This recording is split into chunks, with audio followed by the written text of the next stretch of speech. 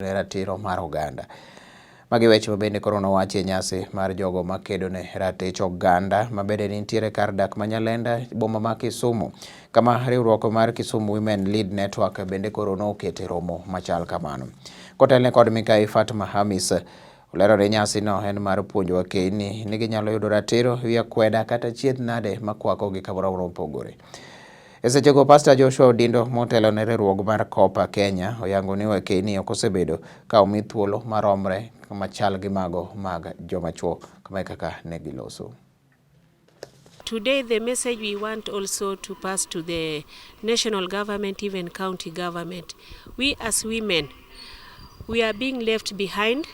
We are not getting justice, especially on issues which is affecting women. We want the government, we want to hold the government accountable and even the state, because if anything happens to women, women does not get justice. That is why we have come together. We want to condemn issues of women not getting justice in issues which is affecting them. One issue is gender-based violence. Second one, as a marginalized, women are also marginalized, and there is also political rights. You find even now we are facing election. If a woman wants to vie, she cannot get justice. Sometimes she's being intimidated. That is why tumekuja pamoja leo tuangalie wamama pia on leadership.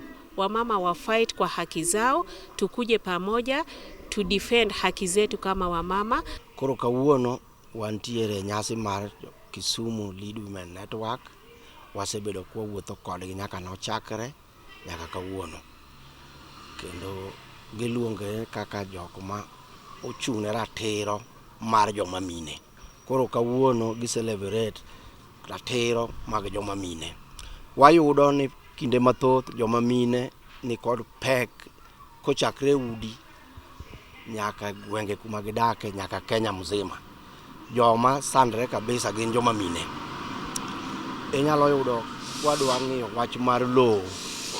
Iyudo ni mine gi dichuo nyalo iko ni dwa uso lowo, to ng'ama dhako to ok oket kata mondo obed kama iwache wach lobno.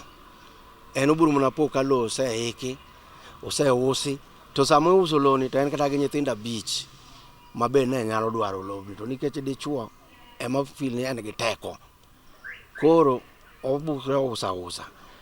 Mine moko nyalo po mana kata ka dichuo ogonya dhiang' e kul.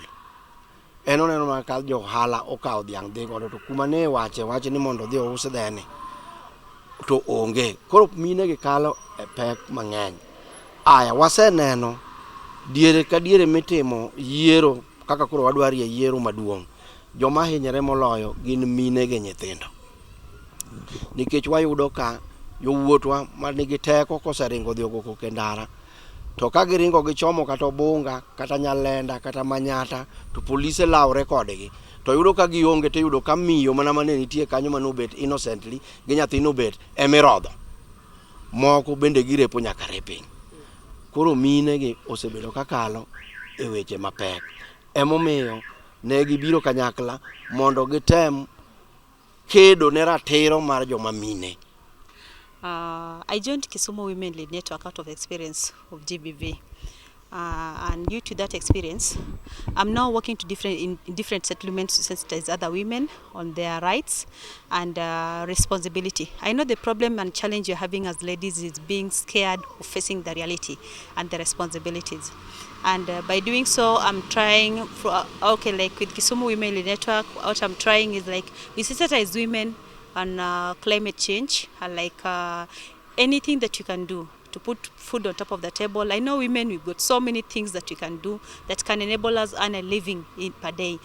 Me as a woman, I know I can go around, look for laundry work, I do the washing, I'll get like 200 shillings. That will sustain me, maybe with my 3 kids. And that is how we just need to learn how to survive. And so by doing that, we came together as a group of women known as Kisumu Women Lead Network. And that is what we are doing. We are sensitizing women. We are saying 0 GBV, 0 sexual harassment. We are also sensitizing women on their rights, most on land rights, because you see, in most cases, women are not being involved in so many things, issues concerning land. A man can just tell you, like, I want to sell this parcel of land, and that one, it's not making sense, because at the end of the road, it's you as a woman who will suffer, because it's you. Now you'll have nowhere to go with your kids. With men, sometimes they don't bother. So with that, we are also asking our government of Kenya to help us in such things.